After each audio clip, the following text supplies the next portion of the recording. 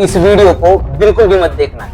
इस वीडियो को सिर्फ ध्यान से सुनना। इंडिया में एक ही साल के अंदर दो बहुत बड़े प्लेन क्रैश हुए हैं। कुछ महीनों पहले गुजरात में और अब बारामती में। गुजरात प्लेन क्रैश में भी गुजरात के ही एक बहुत बड़े पॉलिटिशियन थे, विजय रूपानी। प्लेन गुजरात से लंदन जाने वाला था, लेकिन गुजरात में ही क्रैश हुआ और विजय रूपानी के साथ 259 लोगों की मौत हुई। और अब बारामती प्लेन क्रैश में महाराष्ट्र के एक स्ट्रॉन्ग पॉलिटिकल लीडर और महाराष्ट्र के लेट डीसीएम अजित दादा पवार, जो बारामती से ही थे, प्लेन मुंबई से बारामती जाने वाला था और बारामती जाने के बाद ही क्रैश हुआ। क्या ये दोनों प्लेन क्रैश सिर्फ एक्सीडेंट थे या एक सोची समझी साजिश? हवा में ही प्लेन का इंजन हैकिंग से बंद करवाया गया था, जिससे प्लेन हवा में ही अचानक टर्न हुआ और सीधे नीचे गिरा। ऐसे कई सारे सवाल हैं और क्या ऐसे ही सवाल आम आदमी के दिल में आना जायज नहीं? पर ये गौर से सोचने वाली बात है।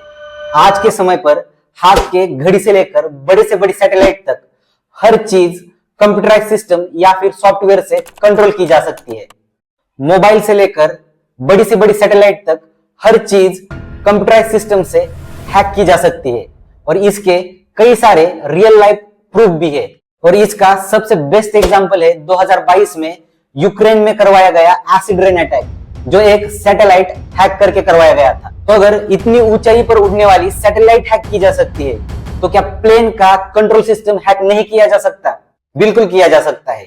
और ये कोई मेरे मन की बात नहीं, बहुत सारी साइंटिफिक स्टडीज और इंटरनेशनल एजेंसीज ने यह माना है कि प्लेन को हैक किया जा सकता है। यूएस गवर्नमेंट अकाउंटेबिलिटी ऑफिस के 2015 के एक रिपोर्ट में यह साफ लिखा है कि प्लेन पर साइबर अटैक बिल्कुल पॉसिबल है।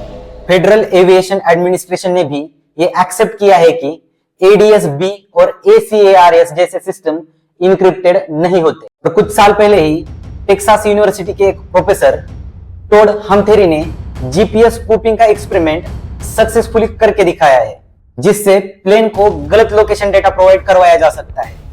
तो क्या बारामती प्लेन क्रैश में भी प्लेन हैक किया गया था और हैकिंग से लैंडिंग के समय पायलट को गलत लैंडिंग लोकेशन दिखाई गई थी, जिससे प्लेन क्रैश हुआ? क्या हो सकता है प्लेन क्रैश का असली रीजन, चाहे गुजरात प्लेन क्रैश हो या बारामती प्लेन क्रैश?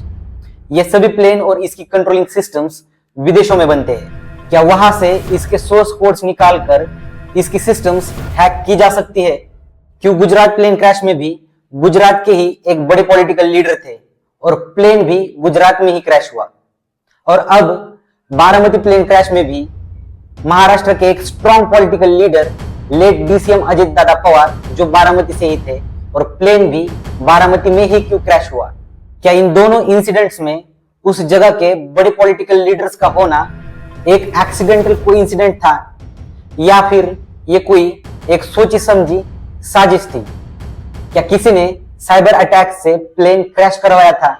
असल में सच क्या है, ये ब्लैक बॉक्स डेटा से, CVR यानी कॉकपिट वॉइस रिकॉर्डर से और FDR यानी फ्लाइट डेटा रिकॉर्ड से पता चलेगा। और साइबर एक्सपर्ट्स ये मानते हैं कि अगर अटैक सॉफ्टवेयर लेवल पर हुआ है तो ब्लैक बॉक्स डेटा की इंटीग्रिटी पर भी सवाल उठ सकते हैं। लेकिन अगर इतने बड़े पॉलिटिकल लीडर्स के साथ ऐसे इंसिडेंट्स हो सकते हैं, तो सेफ्टी और सिक्योरिटी को लेकर आम आदमी के दिल में ऐसे कई सारे सवाल आना बिल्कुल जायज है।